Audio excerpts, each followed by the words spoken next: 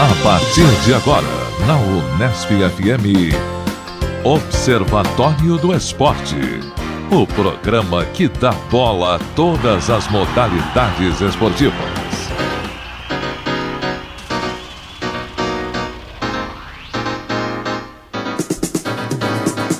Olá, ouvinte da Unesp FM. Hoje é sábado, 7 de dezembro de 2013. Começa agora o Observatório do Esporte. Eu sou Luiz Moraes. E eu, Fernando Martins.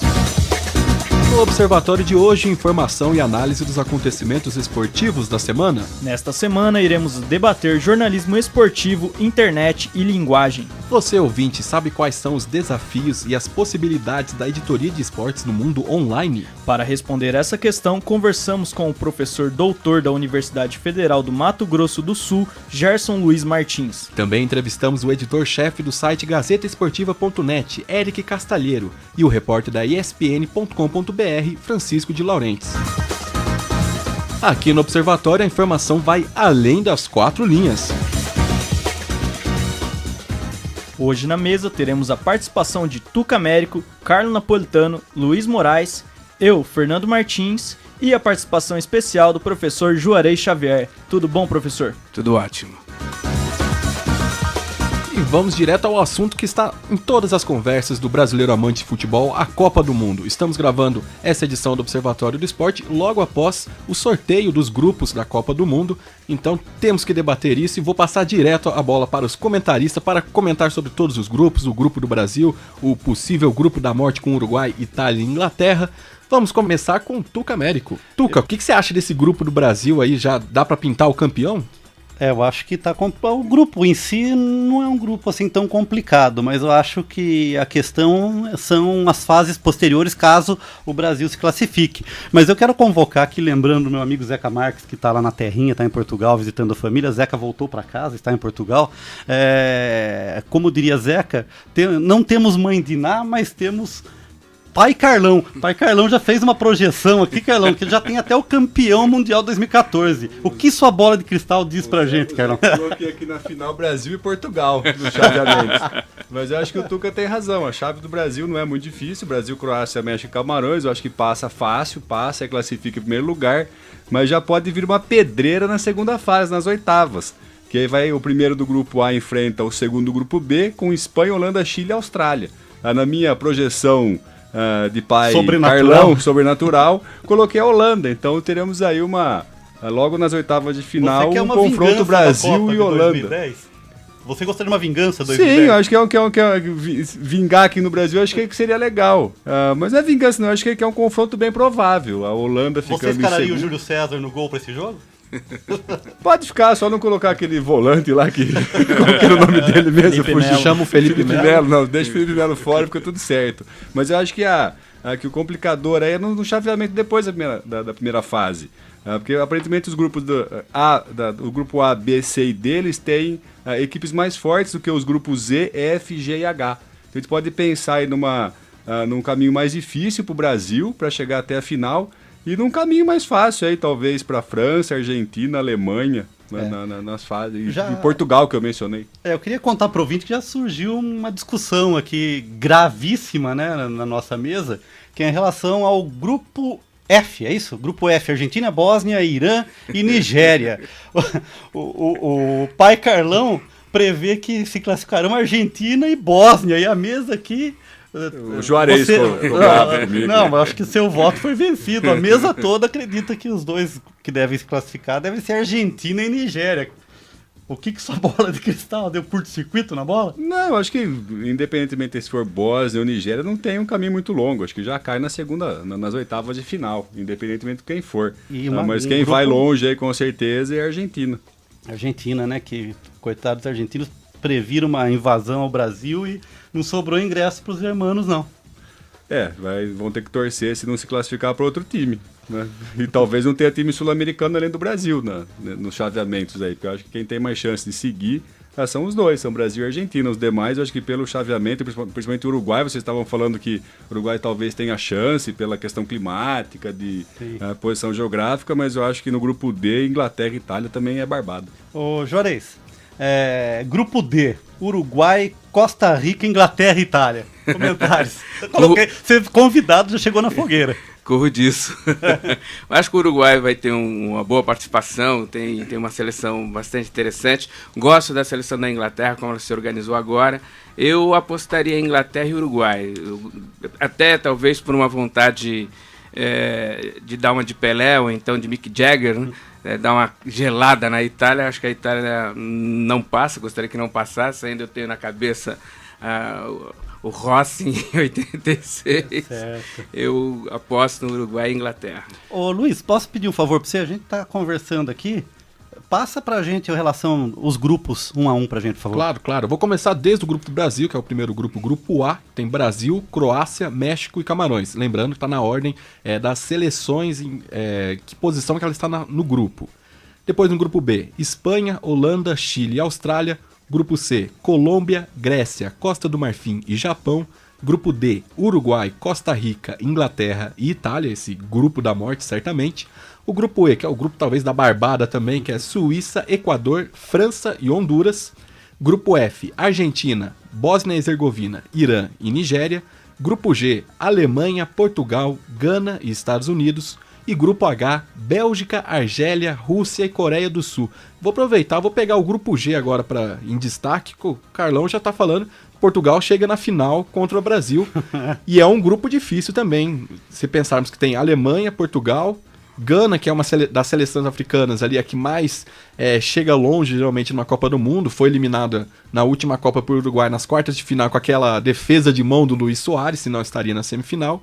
E Estados Unidos também, que é uma seleção ali que dá uma encrencada ali se passar pro Juarez também, essa previsão, digamos assim. Desse grupo aí, Juarez, quem que você acredita aí que pode ter grandes possibilidades de ir longe também, porque depois pega o primeiro ou o segundo colocado do grupo H, que talvez seja o grupo mais fraco da Copa. Gana e Alemanha. Alemanha porque tem um time maravilhoso, um time muito bom, tá jogando muito bem. Acho que conseguiram alinhar força, talento, velocidade, capacidade de defesa. E Gana, que, na minha opinião, é uma das melhores seleções africanas. Tem um grupo de jogadores muito experiente, muito qualificados, joga nos melhores times da Europa. Há muito tempo, a opinião que se tinha de que os jogadores africanos eram ingênuos, isso é bobagem. Hoje moram na Europa, são jogadores do mundo e com uma grande experiência. Eu acho que Gana vem com muita capacidade. O time de Portugal... tirando o Cristiano, é um time comum, normal, e os Estados Unidos, pelo menos no período que eu vi das eliminatórias, não pareceu ter um time tão excepcional. Juarez, muito se discute a questão climática, né? Várias seleções devem sofrer com o calor do Brasil, dependendo da região que vai jogar. Você acha que os africanos aí estão tranquilos? Tende a se dar bem, né? Levando em consideração que alguns climas são severos demais, né? O clima na região norte do Brasil é muito severo. E naquelas regiões mais secas, varia a temperatura do deserto. Eu acho que tende a se beneficiar em relação aos europeus. Lembrando que vai ter jogo 1h da tarde em Manaus, por exemplo, que é um clima muito quente e as seleções europeias podem sofrer um pouco. Dá pra derreter. E lembrar também que nesse grupo G vai ter um confronto interessante entre Alemanha e Gana, que é um confronto de família, né? Os irmãos Boateng estão em seleções opostas, então tem essa curiosidade também. E eu também apostaria em Alemanha e Gana, contrariando a chegada à final de Portugal. Então a final vai ser Brasil e Gana, pelo jeito. Não, seria interessante uma final entre Brasil e Portugal, aí, entre colonizados e colonizadores, uma revanche aí, né? Vim tentar essa reversão. Porque no cruzamento que eu coloquei aqui nas quartas de final, Fernando, seria Argentina e Portugal. Então tá explicado por que eu coloquei Portugal mais à frente. Você quer colocar Messi e Cristiano Ronaldo para o tira-teima? Não, se for primeiro e segundo, vai dar isso. Tá certo. Fernando, você acha que a França passa da primeira fase dessa Copa? Agora tá tranquilo, né? O sorteio foi dirigido? Não tem mais Senegal aí para dar uma atrapalhada, como foi em 2006. Lembrando que o grupo da França é Suíça, Equador, França e Honduras. É um grupo bem tranquilo. E lembrar que desde 98, se a França passa da primeira fase, ela chega à final. Que em 98 ela foi campeã, em 2002 ela foi eliminada na primeira fase, 2006 foi vice-campeã, perdeu para a Itália, 2010 de novo eliminada na primeira fase. Então, talvez, pegando aí esse histórico recente, talvez chegue de novo à final. Então aí temos um problema, Luiz. Porque no chaveamento daria, então, a França e Brasil nas semifinais. Então o Brasil não ficaria na final da Copa do Mundo. Ou poderia se vingar de novo. Mas é curioso também que no grupo do Brasil mesmo tem duas seleções carrascas em Olimpíadas. México e Camarões. México que ganhou do Brasil nas últimas Olimpíadas em Londres 2012. Neymar, Oscar e companhia certamente vão querer se vingar dessa seleção do México. Camarões que ganhou com 2 jogadores a menos em 2000 na seleção do Pofechou Luxemburgo. E que acabou tirando depois o Luxemburgo do comando da seleção brasileira. E depois pode enfrentar uma Holanda numas oitavas de final, como o Carlos já falou no começo, e que também seria uma vingança em relação às quartas de final da última Copa do Mundo. Aí com aquele acontecimento trágico entre Felipe Melo e Júlio César mandando a bola pro gol depois da cobrança de falta do Sneijder. Então tá uma Copa do Mundo interessante e o que dá pra se avaliar em geral? Agora a gente foi falando um pouco dos grupos, né, em específico, mas em geral dessa Copa do Mundo, o que dá pra se esperar agora com o chaveamento já definido? Eu tava vendo aqui que não são muitas as seleções que foram campeãs jogando em casa durante a Copa do Mundo, né? Então acho que o Brasil, isso pode ser uma grande força para o Brasil, mas também pode ser seu calcanhar de Aquiles. Acho que numa primeira fase aí, qualquer tropeço pode desequilibrar a equipe. E a gente sabe que, por exemplo, o México é um time que sempre complicou, né? O Brasil sempre teve dificuldades em jogar com o México. Eu estava falando em relação às equipes que ganharam em casa, que eu me lembro que talvez possa ter esquecido alguém, foi a Inglaterra em 66, a Alemanha Ocidental em 74, a Argentina em 78 e a França em 98. Né? Então temos há um bom tempo aí nenhuma seleção ganha em sua própria casa. O Uruguai em 1930. E o Uruguai em 1930 também, foi a primeira Copa do Mundo, o Uruguai venceu. Então temos 5 seleções que venceram em casa. Não, o que seria interessante verificar também é se as seleções como Grécia, Japão, Argélia, Coreia do Sul, se elas já passaram de fase, né, e aparentemente pelo chaveamento facilitado eles podem ir longe nessa Copa, fato que talvez nunca tenha acontecido. Então, pensar no grupo C e no grupo H, que são chaves bem equilibrados, acho que seria muita pretensão fazer uma projeção nesses dois grupos, porque eu acho que os jogos serão muito iguais, eu acho que o resultado vai ser definido só na última rodada nos dois grupos. O que pode acontecer é que uma seleção sem tradição e sem passar de fase na fase final da Copa do Mundo, possa acontecer isso aí. A Coreia do Sul é um exemplo. Em 2002, jogando em casa, foi semifinalista. Só por estar em casa. Mas, por exemplo, eu não me... Por causa do apito amigo também. Por causa do apito amigo contra a Espanha. Pensar na Argélia, não sei se ela foi longe. Pensar na Grécia, também não sei se ela já foi longe. Né? Então, talvez essas duas seleções possam ter um caminho não facilitado, mas um caminho mais fácil pelo sorteio. A Grécia, que até a última Copa de 2010 sequer tinha pontuado em Copas do Mundo. Ela tinha perdido todos os jogos que ela tinha disputado, disputou poucos jogos. Mas ganhou uma Eurocopa, né? Mas ganhou uma Eurocopa então, em cima de Portugal. Talvez a Grécia possa, nesse chaveamento, passar para as oitavas, o que é uma coisa interessante, um fato inédito. Acho que uma coisa que dá pra brincar também agora já com os grupos sorteados é dar os palpites, né? Já começando por mim, se me permitem, eu acredito aí na Alemanha como campeã mundial em 2014 aqui no Brasil, até pelo que mostrou na Copa de 2010, que era uma seleção muito boa, só que não tinha a experiência que vai ter hoje. São praticamente os mesmos jogadores que vão compor essa seleção, são os jogadores de 2010 também, eles vão estar nessa Copa. Eu acredito que com essa experiência a mais, os alemães também são os atuais campeões da Liga dos Campeões, foram os 2 clubes finalistas da Liga dos Campeões, foram alemães. Eu acredito muito na força da Alemanha aqui no Brasil em 2014. E vocês, alguém tem algum palpite específico como o meu? Eu acho que é muito difícil, Fernando. Eu acho que não dá para fazer essa projeção. Por exemplo, na minha projeção aqui que eu fiz, por exemplo, umas quartas de finais. Os jogos seriam Brasil, Inglaterra, França, Alemanha, Espanha, Itália, Argentina e Portugal. Acho que não dá para falar em favoritismo de nenhum deles. Então, eu colocaria assim, tendo pela tradição, pela camisa, pelo histórico, eu colocaria essas 8 seleções como potenciais candidatas ao título. Eu fiz questão de dar esse palpite porque quando terminou a Copa de 2010 eu falei pra mim mesmo, a Alemanha vai ganhar em 2014. Eu também acreditei, porque jogou muito bem e tal. Mas eu acho que não dá pra descartar a Itália, né? O Juarez lembrou do Paulo Rossi, mas a Itália sempre joga forte. A França, o Luiz acabou de lembrar, talvez a classificação como foi, de forma heróica, no último jogo, isso talvez levante a moral do time e tal. Não sei, acho que não dá pra fazer projeção nenhuma. E vem com o melhor jogador europeu, né, da temporada. Mas a unanimidade ou alguém acredita no Brasil como campeão mundial? Acho que ninguém aqui acredita, né? Pela pressão até. Não pela qualidade, não pela qualidade, né? Dizer que é barbada, que já ganhou, não. Acho que o que o Carlão falou faz sentido. Acho que a gente tem um grupo de seleções aí que tem tantas chances quanto o Brasil. O que pode facilitar, como eu falei anteriormente, em relação ao Brasil, é a pressão da torcida, mas isso pode ser uma pressão a favor e pode ser contra, né? Então, durante a Copa das Confederações foi a favor, mas também temos a maldição da Copa das Confederações. Não é termômetro. Uma coisa é uma coisa, outra coisa é outra coisa. E existe a maldição. Todo país que ganhou a Copa das Confederações não foi campeão mundial. Né? Eu arriscaria um palpite na seguinte linha. Acho que o Brasil tem chance em função de jogar em casa pelos fatores aí mais caseiros. Acho que a Argentina pode ter um aspecto importante, porque joga tranquilo na América Latina, joga tranquilo no Brasil. A Alemanha, por todas as características apontadas, eu acho que a melhor seleção que se apresenta nessa Copa do Mundo, na minha opinião, é a Alemanha. E a Espanha, pelo fato de repente, brilhar novamente. Então, desses 8 campeões mundiais, eu acho que esses 4, na minha opinião, saem à frente. Tem uma questão levantada até no blog do Júlio Gomes, que às vezes levanta umas questões polêmicas, apenas só para jogar pro ar, mas que ele falou, né, que o Messi talvez esteja chinelando de propósito esta temporada na Europa para chegar na Copa do Mundo aqui no Brasil, em plenas condições físicas, e quem sabe levar uma Copa do Mundo para casa.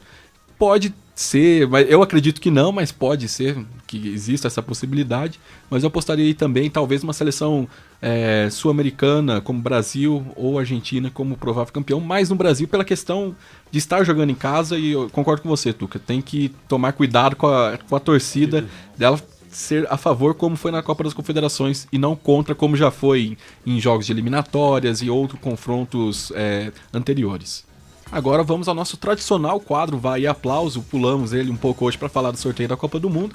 E agora sim eu passo a bola para os comentaristas destacarem os assuntos da semana. Vou chamar primeiro o nosso convidado especial, Juarez Xavier, para falar talvez dos grandes acontecimentos que teve nessa semana, algumas datas importantes. E primeiro o Fernando vai fazer uma introdução. Primeiro eu queria introduzir que um convite ao Juarez foi feito porque ele relatou em seu Facebook que participou da invasão corintiana do dia 5 de dezembro de 1976, há pouco mais de 37 anos, é isso? E também Juarez fez parte da recepção ao Mandela em São Paulo. É isso, Juarez? Queria que você comentasse um pouco esses dois assuntos que são os grandes assuntos da semana, acredito, né? No meio, tanto o Mandela como para o mundo e a invasão para o Corinthians. O segundo é assunto para o futebol. Da semana, mas agora o primeiro, não sei qual é a relevância dessa invasão. O maior deslocamento em massa em tempos de paz, eu acho que é um tema bem interessante, mas é claro que por eu ser corintiano acaba sendo tendencioso para o assunto. Uma manipulação da pauta, nosso diretor Fleury, faço meu protesto no ar ao vivo. Mas é claro que o Juarez, por ter participado dessa invasão corintiana lá ao Rio de Janeiro, tem muito mais a acrescentar e falar sobre a importância desse fato para nós, torcedores, e para o futebol como um todo, porque foi um episódio muito interessante. Né? Foi um acontecimento extraordinário, independente de quem torce para time A, B ou C. Né? Os anos 70 eram uns anos muito fechados para a juventude, os jovens tinham poucas oportunidades e possibilidade de atividade política, social. As torcidas organizadas acabaram sendo um grande espaço de ação política da juventude. Eu morava no Tatuapé, trabalhava numa fábrica chamada Beguim, era ajudante geral numa fábrica, e nós tínhamos lá um grupo organizado de corintianos. Parte desse grupo ajudou a organizar uma torcida chamada Até a Morte, que era uma torcida da Zona Leste, ali da região do Tatuapé, que organizou a ida de um grupo grande de pessoas da fábrica. A fábrica não trabalhou na segunda-feira, só teve expediente na terça-feira.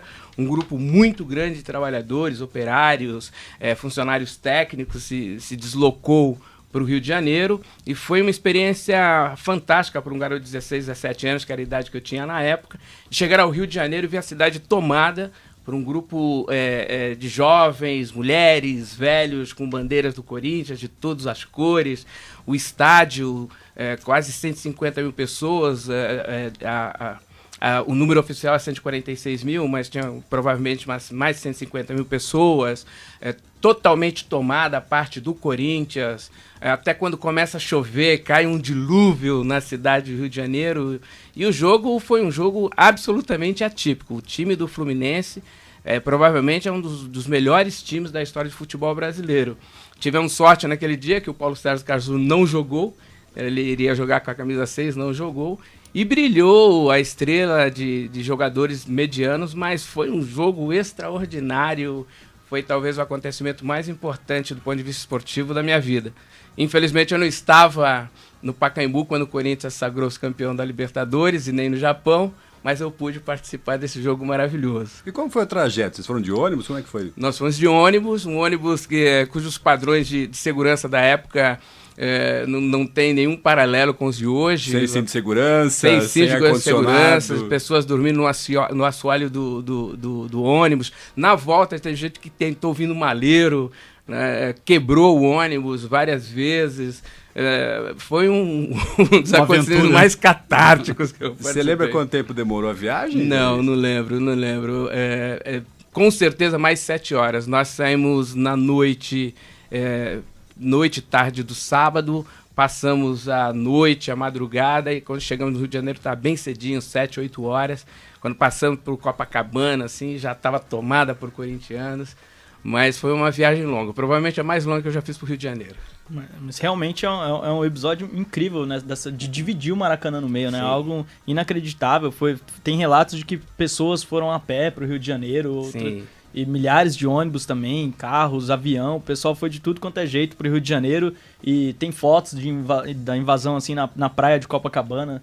É muito bonito ver mesmo, parece que é em São Paulo o lugar, é meio difícil até de acreditar, né? Tomou a cidade. Até os tricolores mais famosos, Chico reconheceu, né? Nelson Rodrigues reconheceu, todo mundo reconheceu que o Corinthians chutou o pau da barraca. Uma amostra da força desse time do Fluminense é que um dos maiores ídolos da história corintiana, Rivelino, fazia parte desse time do Fluminense em 76, né? Foi a semifinal do Campeonato Brasileiro de 1976 e com a vitória do Corinthians nos pênaltis sobre o Fluminense, o Corinthians enfrentou o Internacional no último jogo, né? Perdeu na final 2-0. Mas quem comeu a bola nesse jogo foi Carlos Alberto Pintinho. Acho que um dos maiores jogadores que eu vi jogar. Eu vi jogar o Pedro Rocha, também achava um jogador extraordinário. E vi jogar o Pintinho, que eu acho que foi o melhor jogador que eu vi em campo. Jogando, assim, comeu a bola, jogou muita bola. Destaque para o goleiro Tobias também, né? Que fez 2 defesas incríveis. Fantástico. Do Vladimir jogou muita bola, Zé Maria jogou muita bola, Moisés jogou muita bola. Um jogador que se fala pouco, mas jogou muito bem, Givanildo, né, jogou muita bola. O Givanildo foi um jogador importante para aquele momento no Corinthians. Lance foi importante, Neco foi importante, foi um jogão. Então, para mostrar a importância e a influência desse jogo, eu quero mandar aqui um abraço pro meu amigo Felipe Amaral, que mora comigo, que após a exibição, que a gente assistiu em casa, o documentário Rebeldes do Futebol, que entre as 5 histórias conta a história do Sócrates e a sua luta pela democracia aqui no Brasil. E após saber dessa história da invasão corintiana em 76, nós estamos quase conseguindo converter a sua torcida do São Paulo para o Corinthians. Ele declarou ontem, na quinta-feira, que vai virar corintiano devido a essas histórias, e isso mostra um pouco a força aí desse episódio da invasão corintiana, que é um fato único na história do futebol, né? Nunca houve uma deslocação em massa tão grande para assistir um jogo a uma distância tão grande, né? E a recepção do Mandela, Juarez? Conta pra gente. Foi um dos fatos mais importantes do ponto de vista político da minha vida. Eu comecei a trabalhar com 10 anos de idade numa banca de jornal e tive contato com essa discussão racial com 2 reportagens feitas pela revista Realidade, né? Uma sobre os Black Panthers e outra sobre questão racismo no Brasil. E aquilo deixou muito acesa a minha discussão sobre a questão racial.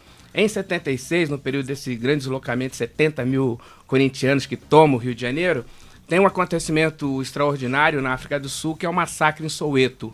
É quando o exército do apartheid, numa noite, prende, mata e brutaliza quase 1.000 pessoas, muitos jovens, né? Então ficou muito acesa aquela discussão. 2 anos depois surge o movimento negro unificado contra a discriminação racial, e nos anos 80 toma fôlego a discussão racial no Brasil. O Mandela é solto em 90, Na época nós tínhamos uma organização do movimento negro no Brasil e eu fazia parte da coordenação nacional dessas organizações e fizemos um grande evento em comemoração à sua libertação no Grêmio Recreativo e Cultural Escola de Samba Vai Vai, lá na Bela Vista. Em 91 ele vem para o Brasil, vem para São Paulo e na época eu assessorava um vereador, Vital Nolasco, que entregou para ele o prêmio de cidadão brasileiro, homenageou com o título de cidadão brasileiro.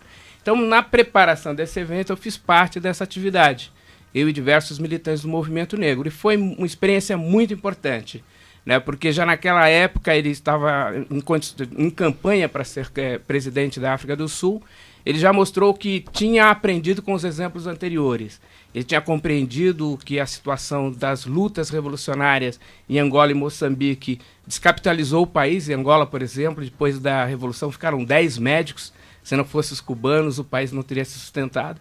Então ele sabia que não podia a partir de um pressuposto de confronto com os antigos opressores dos negros na África do Sul, tinha que ser um processo negociado. E ele sabia também que era importante lembrar a memória daqueles que foram grandes lutadores contra o apartheid, né? Chris Hani, por exemplo, que foi um jovem militante comunista da juventude do Congresso Nacional Africano, Steve Biko, que teve uma projeção grande na Menecebate nessa discussão. Então, em 91, Mandela fez apresentou um cenário muito interessante como seria a transição na África do Sul. E parece que ele teve êxito nisso. Ontem, quando saiu a notícia da morte do Mandela, eu fiquei muito triste. Cheguei em casa, minha mulher chorou, minha filha chorou, meus amigos choraram, porque ter podido participar de um determinado momento da vida de um cara como o Mandela foi importante para todos nós. E ele nos impulsionou na luta política, na questão racial e na integridade da luta política. Só para lembrar que ontem, né, em relação quinta-feira, né, que estamos gravando esse programa na sexta-feira, alguém perguntou para você hoje na sexta-feira, né, se Nelson Mandela, se ele foi para o céu, e você soltou uma outra resposta. Eu queria essa resposta. Na verdade, foi um amigo meu, o Edson, que deu essa resposta. Ele disse que não é para ficar com essa onda de que ele foi para o céu, porque no céu só tem anjinho. Guerreiros africanos negros não vão para o céu, ficam na terra e se transformam em ancestrais, né? Isso aí faz parte da lógica dos países africanos, os Sojas, que é esse grupo étnico do Mandela, acredita nisso também, que aqueles que passaram pela vida e deixaram grandes exemplos, eles são referências para os seus povos, então viram ancestrais, né?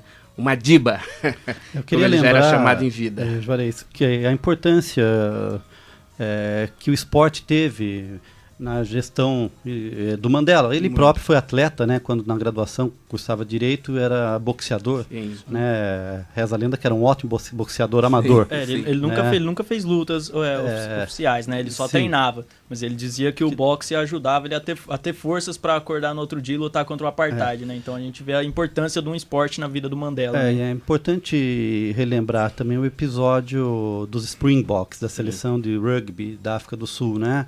Quando o Mandela assumiu a presidência da República, praticamente existiam dois esportes na África do Sul, né? A população negra e pobre jogava futebol e os brancos que se consideravam superiores, né, através do apartheid, praticavam rugby. E ele conseguiu, através do rugby unificar, usar o esporte como uma forma de unificar o país, né? Eu acho que isso é uma coisa muito importante, esse uso político interessante que ele fez do esporte como forma de unificação do país. E ele teve uma sacada, né? Na África do Sul dizia que o futebol era um esporte nobre, jogado por selvagens, Sim. E o rugby era um esporte selvagem, jogado por nobres. Então a preocupação dele era mudar isso, né? Então ele fez isso em relação à seleção de rugby da África do Sul e depois fez em relação ao futebol. Sim. O envolvimento dele na realização da Copa do Mundo em 2010 tinha por objetivo central criar mecanismos de unidade da nação sul-africana. Né? Eu até achei que, na época da Copa, o jornalismo brasileiro não entendeu isso, né? De chegar lá e as arenas mal construídas, uma miséria em relação às áreas ricas e tal. Mas não era esse o objetivo. Desde o começo ele disse, nós vamos investir, e é um investimento importante para a construção de uma nação. O resultado é o menos importante. Então ele tinha muita clareza sobre a importância da Copa do Mundo em 2010 na África do Sul, como elemento unificador da nação sul-africana.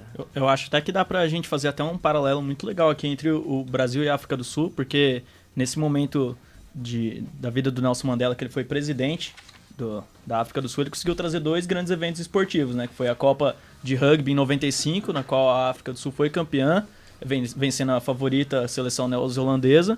E no ano seguinte trouxe a Copa Africana de Nações para a África do Sul, e a África do Sul foi novamente campeã, e ele usou muito bem esses 2 eventos esportivos para conseguir...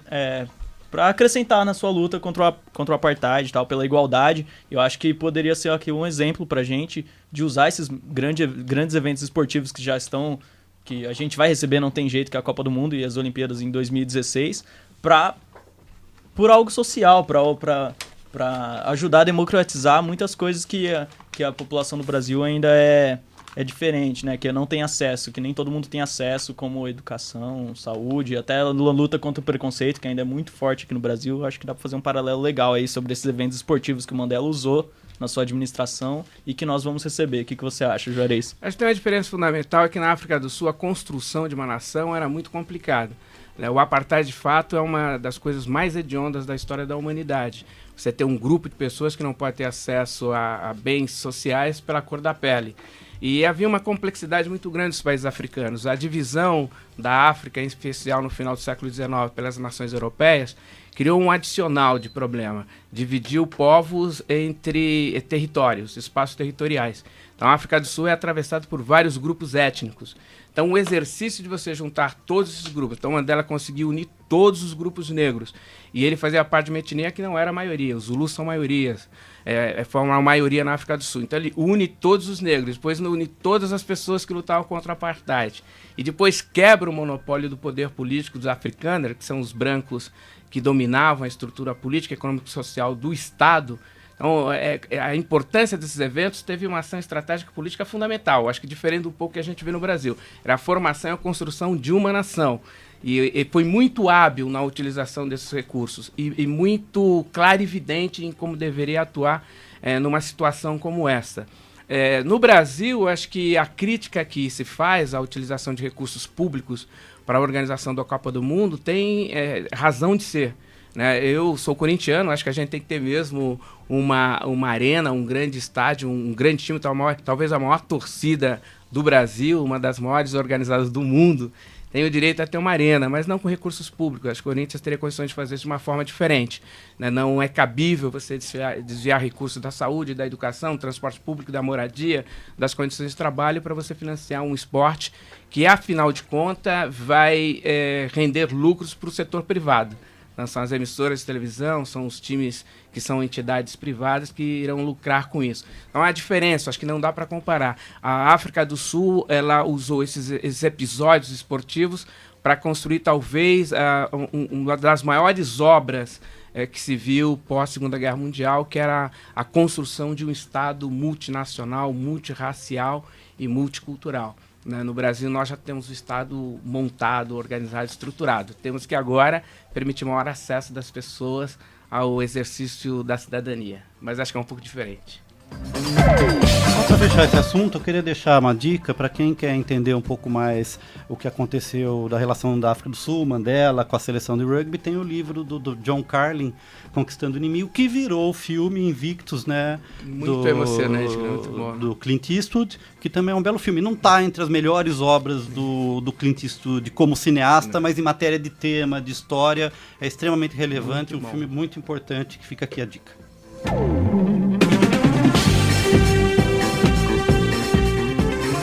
Vamos agora com os comentários, as vaias, os aplausos de Tuca Américo. Em homenagem ao Zeca Marques, falarei sobre voleibol.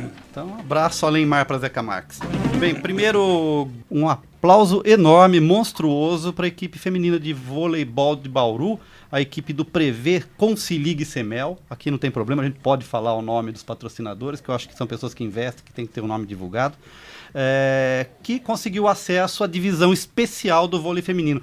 Eu dou uma vaia para essa nomenclatura, né? Primeira divisão, tá na primeira divisão e tem a divisão especial. Isso cria uma confusão na cabeça da torcida, né? Eu Pior acho que isso é o Campeonato Paulista, né? Série A, Série B, Série B5, parece batalha naval. É horrível, né? Mas tudo bem, vamos lá. Mas o que importa é que depois de ter vencido os jogos regionais e ter conseguido também a terceira colocação na divisão especial dos Jogos Abertos, que também é uma conquista importante, o time aqui de Bauru conseguiu acesso à divisão principal do voleibol paulista, né? Então, ano que vem poderemos ter jogos aqui, ver o Zé Roberto Guimarães jogando em Bauru com a sua equipe de Campinas, se ele continuar por lá, né? E outros grandes times também. Então, foi uma vitória realmente importante, e incontestável, tranquila. E o time bauruense também vai disputar a partir do ano que vem a Superliga B. Então, se ele ganha a Superliga B, ele pode ter o acesso à Superliga de voleibol. Então, acho que é interessante isso, a gente transformar aí Bauru. Já temos o basquete, que já está entre os grandes times do Brasil. O futebol de salão também tem uma história, está disputando campeonatos importantes. Quem sabe a gente consiga emplacar o nosso time de vôlei feminino e ter mais uma opção para o pessoal que curte esporte aqui na cidade, nos finais de semana, durante a semana, participar dessa atividade tão interessante, ir lá para a quadra torcer. Então fica meu aplauso enorme para o voleibol de Bauru. Falando ainda de vôlei, eu havia comentado a questão, a gente comentou várias vezes aqui o campeonato, a Superliga com 21 pontos, que era uma exigência da TV Globo, que achava que os jogos estavam muito longos, que não conseguia colocar isso na sua grade de TV aberta, tal, e toda a novela que a gente já conhece. Mas o que aconteceu foi o seguinte: o presidente da Confederação Internacional, que também é meio licenciado, mas ainda dá seus pitacos aqui na Confederação Brasileira de Voleibol e Graça, ele já noticiou, informou que vai abolir a partir do ano que vem os 21 pontos, porque o resultado foi mínimo, não houve impacto na duração dos jogos.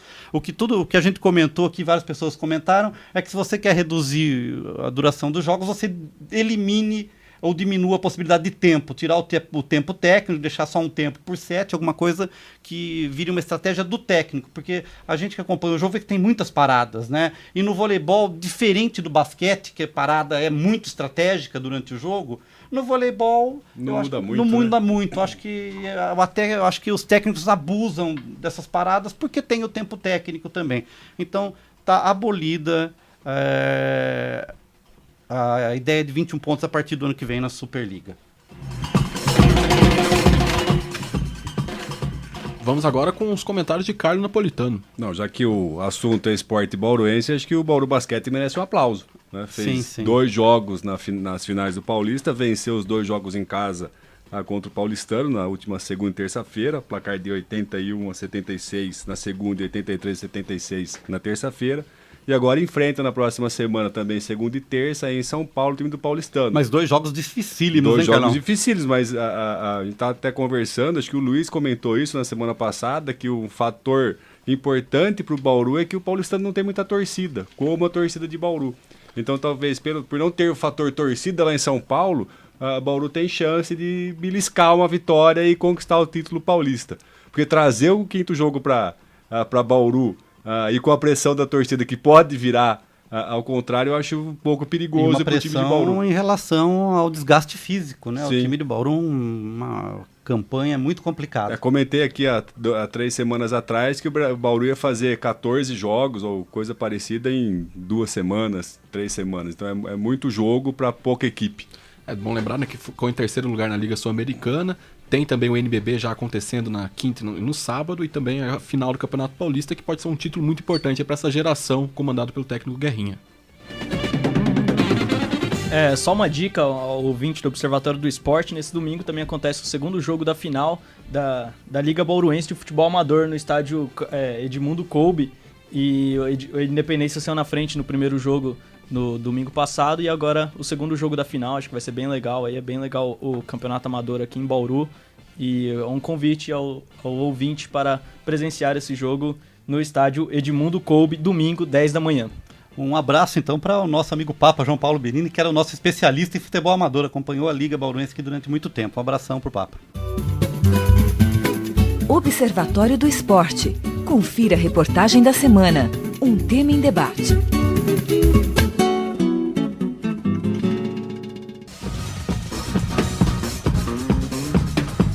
No Observatório do Esporte desta semana, o assunto é a relação entre internet, jornalismo esportivo e linguagem. A internet surgiu nos Estados Unidos durante a Guerra Fria, na década de 60, para uso militar. Os americanos decidiram criar uma rede de computadores para descentralizar e compartilhar informações secretas. Dessa forma, em caso de um ataque inimigo, dados e conteúdos importantes para o exército norte-americano não seriam perdidos. Porém, a popularização da rede mundial de computadores como conhecemos hoje só aconteceu nos anos 90. A evolução da internet no mundo proporcionou novas formas de interação social. As novas tecnologias e ferramentas online aumentaram a velocidade e a circulação de ideias. O recente desenvolvimento das redes sociais, atrelado ao avanço das técnicas de comunicação online, consolidou a instantaneidade. Um fato agora pode ser noticiado em segundos para qualquer parte do globo através da web e seus mecanismos. Nesse contexto, o jornalismo adota a internet como plataforma de trabalho. A área começa a passar por diversas transformações no seu modo de fazer e se apoia no imediatismo proporcionado pela rede e em suas coberturas diárias. Mas quais são os desafios e as possibilidades de se trabalhar com jornalismo na internet? O professor doutor e coordenador do Grupo de Pesquisa em Ciberjornalismo da Universidade Federal do Mato Grosso do Sul, Gerson Luiz Martins, destaca que o principal desafio no meio online é gerar conteúdos com qualidade. Para ele, é importante pensar as características da internet, que não se resume somente ao texto escrito e pode agregar outros recursos para transmitir a informação. O principal desafio é produzir um material de qualidade. Por esse imediato, essa agilidade que a internet proporciona, o que nós chamamos de instantaneidade, não quer dizer necessariamente uma produção de informação em tempos contínuos, mas a possibilidade de você ter a informação, o dado, o fato e poder imediatamente veicular isso. Então, eu acho que nesse aspecto, um dos principais desafios é produzir um material com qualidade, um material bem apurado. E se nós pensarmos em termos de internet, nós temos também que pensar em termos das características da internet, dessa mídia internet, que não se resume exclusivamente a texto, ou exclusivamente a voz, ou exclusivamente a vídeo, né? Mas todo um conjunto de coisas. Gerson Martins reforça ainda que a linguagem na internet deve se adequar ao uso de outras mídias como o vídeo, o áudio e a imagem. Ele acrescenta que o uso de diferentes plataformas enriquece a informação e auxiliam na contextualização do fato. A partir desses recursos, como o áudio, como o vídeo, texto, imagens, fotografias, você tem que adequar a linguagem a isso. Quer dizer, você tem um conjunto de recursos que contextualizam a informação, que enriquecem a informação. Então faz com que o jornalista que trabalha na internet, ele possa explorar um pouco mais os fatos, possa contextualizar os fatos, porque ele tem todos esses aportes aí da multimídia que deve ser usada no ambiente web. O repórter do site espn.com.br, Francisco de Laurentiis, considera positivo o uso de outras mídias na internet. A possibilidade de usar vídeos como complemento da informação, por exemplo, coloca o jornalismo online na frente dos tradicionais jornais. Eu acho sensacional quando você tem o complemento da notícia com uma análise daquele comentarista que você gosta, um áudio legal de uma entrevista, um vídeo mostrando, nem que seja o vídeo dos gols do jogo, né? Eu acho isso muito legal. Relato de jogo, poxa, é legal ler o relato, saber ali o que aconteceu, mas no fim das contas todo mundo quer mesmo é ver bola na rede. Então, usar o vídeo dos gols, que é uma coisa que o jornal impresso não permite, já mostra o tanto que a internet já está na frente do jornal. Outra forma de agregar conteúdos na internet é o uso da hipertextualidade. O recurso consiste em fragmentar um fato jornalístico em diversos textos ligados por links que trazem informações complementares. O professor doutor Gerson Martins destaca a importância dos hipertextos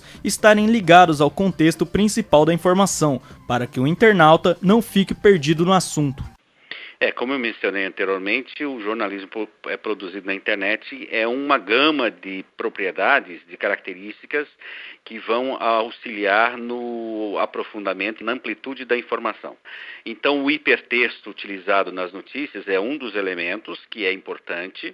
Se trata de um veículo de jornalismo, é importante que essa árvore de hipertexto ela esteja alinhavada com o contexto principal da informação, para que o leitor não faça alguma viagem que vai estar muito fora, né, do contexto inicial, embora isso é o enriquecimento da informação, e isso é importante, e que venha a auxiliar no aprofundamento da informação. Além da convergência de mídias e da hipertextualidade, o webjornalismo conta com a interação direta entre quem escreve a notícia e quem lê. A troca instantânea de dados permite que o internauta comente e interaja com o autor do texto imediatamente após a postagem de um fato. Dessa forma, há espaço para a crítica e contribuição às informações postadas pelos jornalistas nos sites de notícias. O editor do site GazetaEsportiva.net, Eric Castelheiro, acha importante o retorno imediato da opinião dos leitores. Ele compara a interação da imprensa com o público na internet e na mídia impressa.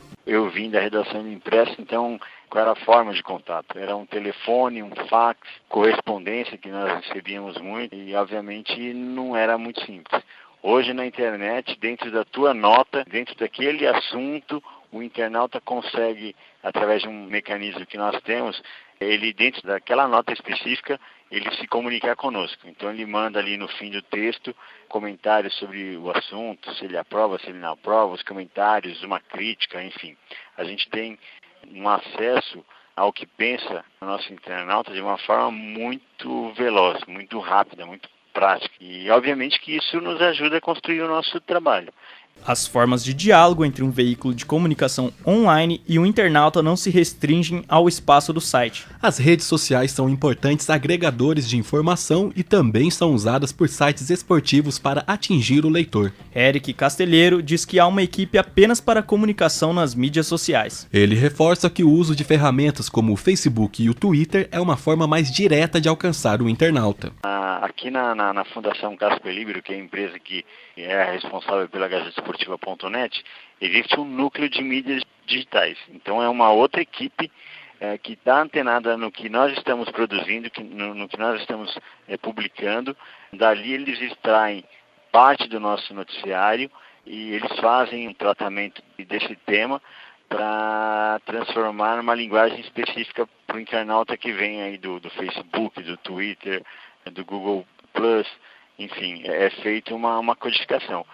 É uma forma de você tentar falar de uma forma mais direta com esse público. O internauta do Facebook, ele quer olhar alguma coisa ali numa tela mais curta, com a possibilidade de compartilhar, de comentar, enfim, uma maneira menos informal do que é pegar e ler uma notícia completa que está no portal. Apesar da facilidade de comunicação entre jornalistas e internautas, ainda é difícil manter o leitor totalmente atento ao conteúdo online. O repórter do site espn.com.br, Francisco de Laurentes, explica que a rotina acelerada tanto dos jornalistas quanto dos leitores afeta a maneira como eles navegam. Mas ele acredita que um texto de boa qualidade pode superar esse tipo de dificuldade. Hoje em dia, todo mundo tem uma vida muito corrida, não só os jornalistas, como quem lê o que os jornalistas escrevem também. Tem 1000 coisas para fazer, todo mundo está sempre indo de um lado para o outro, vendo 1000 coisas na internet, no Facebook, abre 1000 abas no computador. Então a gente sabe que a leitura, a grande parte dos internautas, lê apenas uma pequena parte da notícia. Isso é muito difícil de mudar porque já é uma cultura enraizada e nos dias de hoje, com um fluxo gigantesco de informações e tantas coisas ao mesmo tempo para ver, não é possível você dedicar total atenção a uma coisa só. Mas eu, pessoalmente, sempre acreditei na possibilidade de que o jornalismo de qualidade, o texto de qualidade, consegue manter o leitor preso no texto por mais tempo. O professor doutor da UFMS, Gerson Martins, faz uma análise da situação atual dos meios de comunicação na internet e da relação com o imediatismo. Para ele, os veículos que estão na internet ainda não têm preparo para lidar com a rede. O imediatismo, sem dúvida, é um problema, né? É um problema que hoje nós vivenciamos, até porque a maior parte dos cibermeios, dos jornais que existem na internet, eles não estão preparados ainda completamente para essa mídia.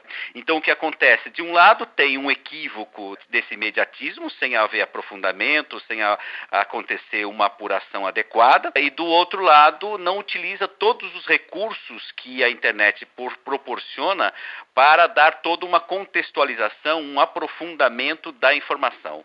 Lamentavelmente ainda se ouve entre jornalistas, proprietários de cibermeios, falar assim, não, o texto da internet deve ser um texto curto. Isso é completamente equivocado, né? Quer dizer, a internet tem um espaço grande, enorme, de aprofundamento das questões, seja por meio do vídeo colocado, seja por meio dos áudios inseridos, seja por meio do hipertexto utilizado, ou do conjunto de todas essas propriedades. Mas, sem dúvida nenhuma, é uma mídia que proporciona um enriquecimento substantivo para o conteúdo jornalístico.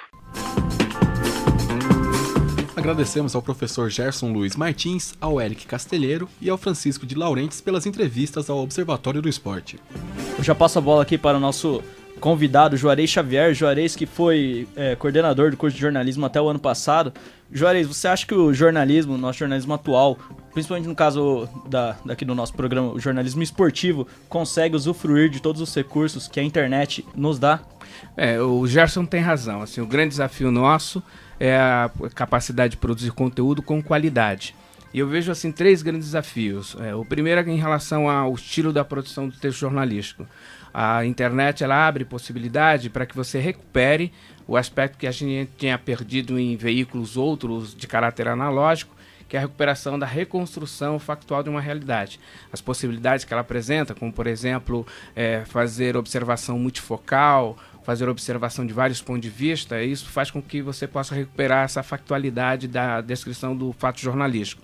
Segundo desafio, que eu acho importante, é quanto à construção da estrutura narrativa.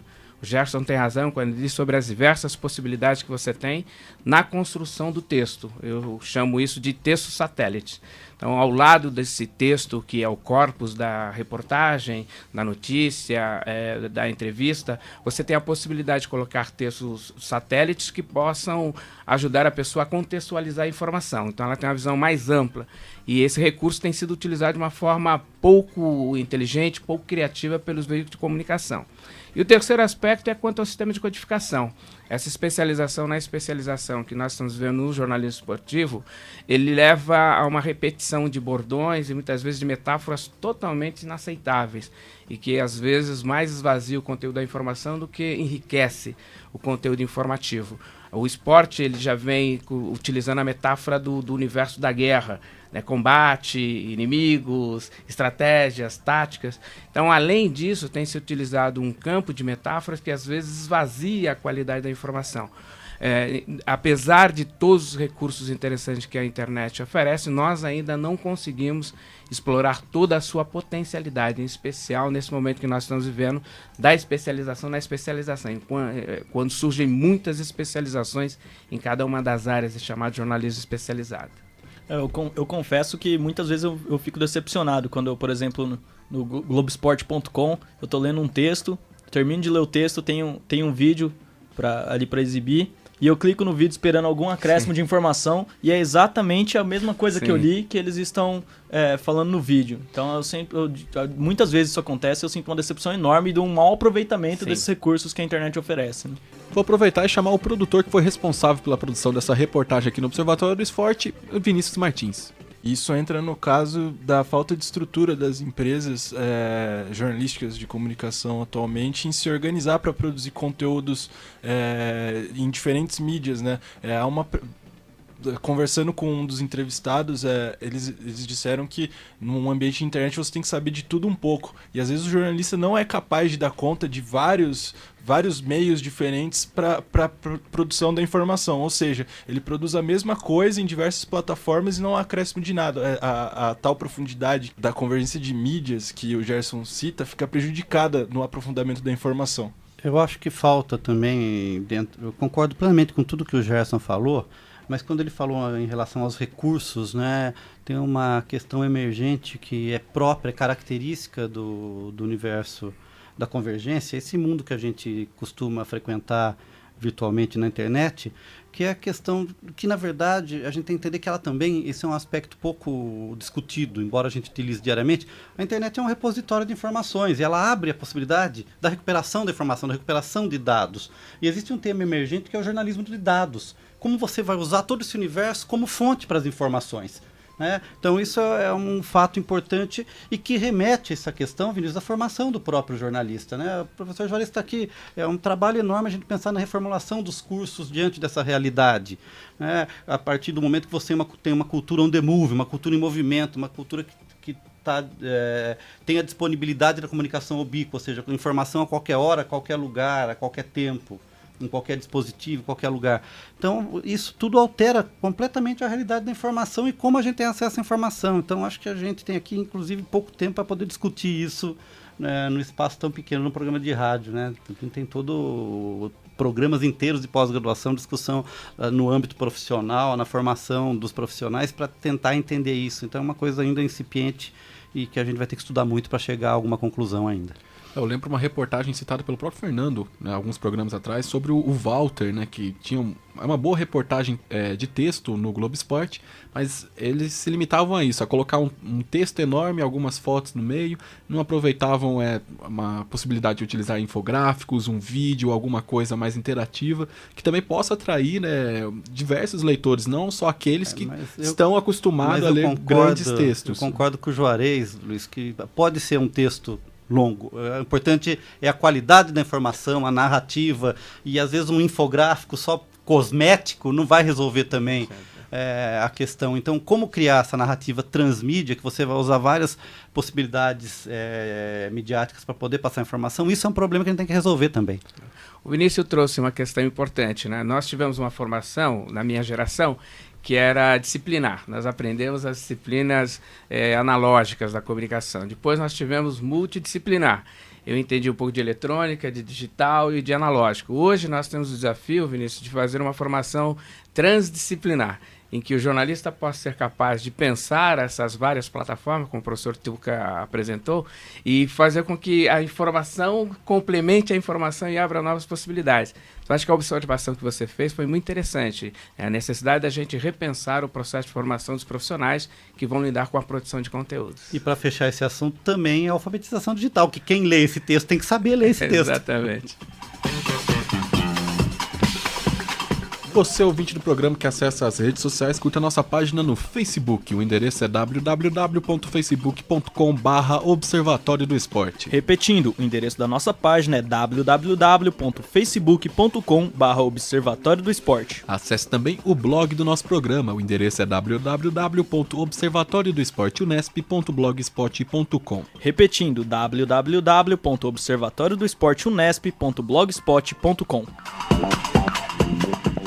O Observatório do Esporte chega ao fim. Locução de Fernando Martins e Luiz Moraes. Comentários de Tuca Américo, Carlos Napolitano e Juarez Xavier. Equipe de reportagem: Fernando Martins, Marina Goulart, Vinícius Martins, Heitor Facini e Thiago Pavini. Equipe de produção online: Caio Michel e Mariana Teodoro. Direção de Fábio Fleury, produção técnica de Silvestre Oliveira. O Observatório do Esporte é um projeto de extensão universitária financiado pela PROEX, a Pró-Reitoria de Extensão da Unesp. O Observatório é coordenado pelos professores doutores Marcos Américo, José Carlos Marques e Carlos Napolitano. Até a próxima semana. Até lá, Observatório do Esporte, informação além das 4 linhas. A Unesp FM apresentou Observatório do Esporte, o programa que dá bola a todas as modalidades esportivas.